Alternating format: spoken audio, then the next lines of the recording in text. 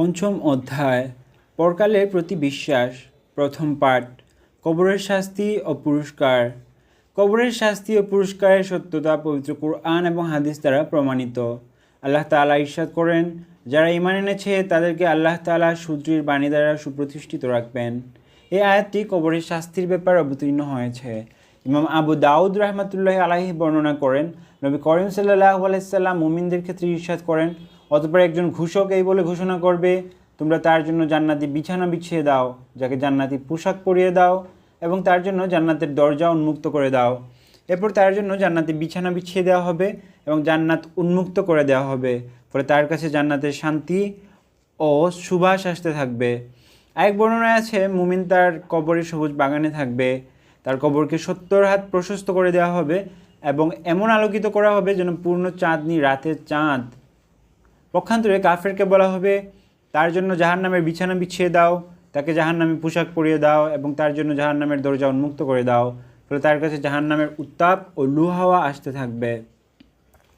ইমাম তিরমিজি রাহমাতুল্লাহি আলাইহির অন্য বর্ণনায় রয়েছে, এরপর জমিনকে বলা হবে, তার জন্য সংকুচিত হয়ে যাও বা মিলিত হয়ে যাও, অর্থাৎ সজোরে চাপ দাও, ফলে জমিন তাকে নিয়ে এমন চাপ দেবে যে তার হাড়গুলো বিক্ষিপ্ত হয়ে যাবে এবং এক পাশের হাড় অন্য পাশে চলে যাবে। আর আল্লাহ তাআলা তাকে ওই কবর থেকে পুনরুত্থিত করার আগ পর্যন্ত সেখানে বিরামহীনভাবে শাস্তি পেতেই থাকবে। এ কারণে রাসূলুল্লাহ সাল্লাল্লাহু আলাইহি সাল্লাম কবরের আযাব হতে পরিত্রাণ কামনা করার জন্য নির্দেশ দিয়েছেন এবং তিনি নিজেও পানা চাইতেন, হে আল্লাহ, আমি তোমার কাছে কবরের আযাব হতে পরিত্রাণ চাই। হযরত উসমান ইবনে আফফান রাদিয়াল্লাহু তাআলা আনহু কবরের আযাবের ভয়ে কাঁদতেন। তার সাথী সঙ্গীগণ জিজ্ঞেস করলেন, হে আমিরুল মুমিনিন, আপনি কাঁদেন কেন? উত্তরে তিনি বললেন, কবর আখিরাতের প্রথম মঞ্জিল, যে এ মঞ্জিলে নাজাত পাবে পরবর্তী মঞ্জিল সমূহ তার জন্য সহজ হয়ে যাবে, আর যে এ মঞ্জিলে নাজাত পাবে না পরবর্তী মঞ্জিল সমূহ তার জন্য কঠিন হয়ে যাবে। দ্বিতীয় পাঠ পুনরুত্থান। মৃত্যুর পর পুনরুত্থান সত্য। এ সম্পর্কে পবিত্র কুরআন মাজিদে আল্লাহ তাআলা ইরশাদ করেন, যখন সিংহায় ফুৎকার দেওয়া হবে তখনই তারা কবর হতে ছুটে আসবে তাদের প্রতিপালকের দিকে। তারা বলবে, হায় দুর্ভোগ আমাদের, কে আমাদেরকে আমাদের নিদ্রাস্থল থেকে উঠালো। দয়াময় আল্লাহ তো এরই প্রতিশ্রুতি দিয়েছেন এবং রাসূলগণ সত্যিই বলেছিলেন। ইয়াসিন 51-52। ইমাম আহমদ রাহমাতুল্লাহি আলাইহি আবু রাজিন উকাইল রাদিয়াল্লাহু তাআলা আনহু থেকে বর্ণনা করেন, তিনি বলেছেন, আমি রাসূলুল্লাহ সাল্লাল্লাহু আলাইহি সাল্লামের নিকট এসে বললাম, হে আল্লাহর রাসূল সাল্লাল্লাহু আলাইহি সাল্লাম, মৃতদেরকে আল্লাহ তাআলা কীভাবে পুনরুত্থান করবেন? জবাবে রাসূল সাল্লাল্লাহু আলাইহি সাল্লাম বললেন, তুমি কি কখনো কোনো শুষ্ক প্রান্তর অতিক্রম করেছো? তারপর ওই ভূমি সদৃশ্যামল হওয়ার পর কি তুমি তা পুনরায় অতিক্রম করেছো? আমি বললাম, জি হ্যাঁ। এরপর রাসূল সাল্লাল্লাহু আলাইহি সাল্লাম বললেন, এমনটাই পুনরুত্থান। হযরত জাবের রাদিয়াল্লাহু তাআলা আনহু থেকে অপর এক বর্ণনায় রয়েছে যে রাসূলুল্লাহ সাল্লাল্লাহু আলাইহি সাল্লাম ইরশাদ করেন, প্রত্যেক বান্দা যে অবস্থায় তার মৃত্যু হয়েছে সে অবস্থায় সে উত্থিত হবে। তৃতীয় পাঠ হাসর দিনের অবস্থা। আল্লাহ তাআলা ইরশাদ করেন, পৃথিবীতে বিচরণশীল যত প্রাণী আছে এবং ডানায় ভর করে উড্ডয়নশীল যত পক্ষীগুলো রয়েছে তাতে সবই তোমাদের মতো এক প্রজাতি। আর ইরশাদ হচ্ছে, আমি কোনো কিছুই বাদ দেইনি, অবশ্যই তাদেরকে তাদের প্রতিপালকের সমীপে সমবেত করা হবে। আনআম 38। আল্লাহ তাআলা আরও ইরশাদ করেন, আমি তাদেরকে একত্রে সমবেত করাবো আর তাদের কাউকে ছেড়ে দিব না। কাহাফ 47। রাসূলুল্লাহ সাল্লাল্লাহু আলাইহি সাল্লাম ইরশাদ করেন, কিয়ামতের দিন মানুষের হাসর হবে পরিচ্ছন্ন থালা সদৃশ স্বচ্ছ ও শুভ্র জমিনে, যার মধ্যে কারো কোনো প্রতীকী চিহ্ন থাকবে না। অন্য বর্ণনায় আছে, কিয়ামতের দিন মানুষ এত বেশি ঘর্মাক্ত হবে যে তাদের ঘাম গিয়ে 70 গজ পর্যন্ত দাঁড়াবে। তাদের লাগাম পরানো হবে যা তাদের থুতনিকে বেষ্টিত করবে। ইমাম তিরমিজির অন্য বর্ণনায় রয়েছে, রাসূলুল্লাহ সাল্লাল্লাহু আলাইহি সাল্লাম ইরশাদ করেন, কিয়ামতের দিন মানুষের 3 শ্রেণীতে বিভক্ত করে সমবেত করা হবে, আরোহী অবস্থায়, পদব্রজ অবস্থায় এবং চেহারার উপর ভর করা অবস্থায়। চতুর্থ পাঠ আমলনামা। আমলনামা সত্য। কুরআনে যার বর্ণনা পাওয়া যায় এবং হাদিসে যার সাক্ষ্য বিদ্যমান।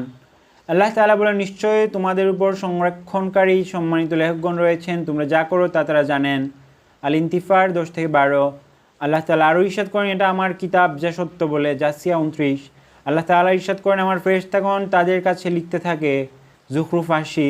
আর রাসূলুল্লাহ সাল্লাল্লাহু আলাইহি সাল্লাম ইরশাদ করেন, আল্লাহ তাআলা বলেছেন, আমার বান্দা যখন অন্যায় কর্ম সম্পাদনের ইচ্ছা পোষণ করবে তখনই তার গুনাহ লিপিবদ্ধ করা হবে না, আর যদি অন্যায় কর্ম সম্পাদন করে তবে তার আমলনামায় একটি গুনাহ লিখে দিবে। আর যদি আমার বান্দা কোনো নেক আমল সম্পাদনের সংকল্প করেছে কিন্তু তা সম্পাদন করেনি, তবুও তার আমলনামায় একটি সওয়াব লিখে দেওয়া হবে। আর যদি সে ওই আমলটি সম্পাদন করে তবে তার আমলনামায় 10টি সওয়াব লিখে দেওয়া হবে। তাফসীর সমূহের মধ্যে এসেছে, বান্দার ডানে ও বামে দুজন ফেরেশতা আমল লিখে রাখেন। ডান পাশের জন নেক আমল লিখেন আর বাম পাশের জন বদ আমল লিখেন। আর দুজন ফেরেশতা তাকে সংরক্ষণ ও পাহারাদারের কাজে নিয়োজিত থাকেন। একজন তার পিছন থেকে আর অপরজন তার সামনে থেকে পাহারা দেন। তাই সে দিনে 4 জন ও রাতে অপর 4 জন ফেরেশতাদের মাঝে অবস্থান করেন। সংরক্ষণকারী দুজনের পরিবর্তে অপর সংরক্ষণকারী দুজন এবং আমলনামা লেখক দুজনের পরিবর্তে অপর আমলনামা লেখক দুজন। হাসরের দিন বান্দার আমলনামা তার হাতে দিতে বলা হবে, তুমি তোমার কিতাব পাঠ করো, আজ তুমি নিজেই তোমার হিসাব নিকাশের জন্য যথেষ্ট। আল ইসরা 14। পঞ্চম পাঠ, হিসাবের দিন আমলের গ্রহণযোগ্যতার জন্য বিশুদ্ধ আকীদা শর্ত। আমল কবুল হওয়ার জন্য শর্ত হলো আকীদার বিশুদ্ধতা। যেহেতু আল্লাহ তাআলা অনেক আয়াতে নেক আমলকে ইমানের পরে এনেছেন। আল ইমান অর্থ হলো বিশুদ্ধ আকীদা পোষণ করার নাম। উপরন্তু আল্লাহ তাআলা নেক আমলের জন্য ইমানের শর্তারোপ করেছেন। যেমন আল্লাহ তাআলা ইরশাদ করেন, তোমাদের মধ্যে যে কেউ নারী হোক পুরুষ হোক ইমানদার অবস্থায় যথাযথভাবে কর্ম সম্পাদন করবে, আমি তাকে পবিত্র, উন্নত, সমৃদ্ধ, প্রগতিশীল জীবন দান করব। বোঝা গেল যে বিশুদ্ধ আকীদার উপর প্রতিষ্ঠিত থাকা ছাড়া বান্দার নেক আমল আল্লাহর নিকট কবুল হয় না, আর অশুদ্ধ আকীদার কারণে নেক আমল বিনষ্ট হয়ে যায়। এই জন্য রাসূল সাল্লাল্লাহু আলাইহি ওয়াসাল্লাম ইরশাদ করেন, অচিরেই আমার উম্মত ৭৩ দলে বিভক্ত হয়ে যাবে, তাদের মধ্যে হতে একটি দল ছাড়া সব দল জাহান্নামী হবে। জিজ্ঞেস করা হলো, হে আল্লাহর রাসূল সাল্লাল্লাহু আলাইহি ওয়াসাল্লাম, সে জান্নাতি দল কোনটি? জনাব রাসূলুল্লাহ সাল্লাল্লাহু আলাইহি ওয়াসাল্লাম বললেন, যে পথ মতের উপর আমি এবং আমার সাহাবাইরা প্রতিষ্ঠিত রয়েছি, সে পথ মতের অধিকারী দলটি জান্নাতি দল। সুতরাং হাদিস থেকে বোঝা গেল আমল নেক হলেও বাতিল আকীদা বিশ্বাসের কারণে সে আমল কাজে আসবে না। যেমন রাসূলুল্লাহ সাল্লাল্লাহু আলাইহি ওয়াসাল্লাম বাতিল কদরিয়া সম্প্রদায়ের ব্যাপারে ইরশাদ করেন, তারা উম্মতের অগ্নিপূজক। রাসূলুল্লাহ সাল্লাল্লাহু আলাইহি ওয়াসাল্লাম আরও বলেন, আমার উম্মতের মধ্যে 2 ধরনের সম্প্রদায় রয়েছে, ইসলামে তাদের কোনো শিষ্যা নেই, তারা হলো কদরিয়া ও জবরিয়া। রাসূলুল্লাহ সাল্লাল্লাহু আলাইহি ওয়াসাল্লাম তার হাত মোবারক দ্বারা ইরাকের দিকে ইঙ্গিত করে খারিজি সম্প্রদায়ের ব্যাপারে বলেন, সেখান থেকে একটি সম্প্রদায় বের হবে যারা কোরআন পাঠ করবে, কিন্তু কোরআন তাদের কণ্ঠনালী পর্যন্ত পৌঁছাবে না। তারা ইসলাম থেকে এমনভাবে বিচ্যুত হয়ে পড়বে যেভাবে তীর তার ধনুক হতে বের হয়ে যায়।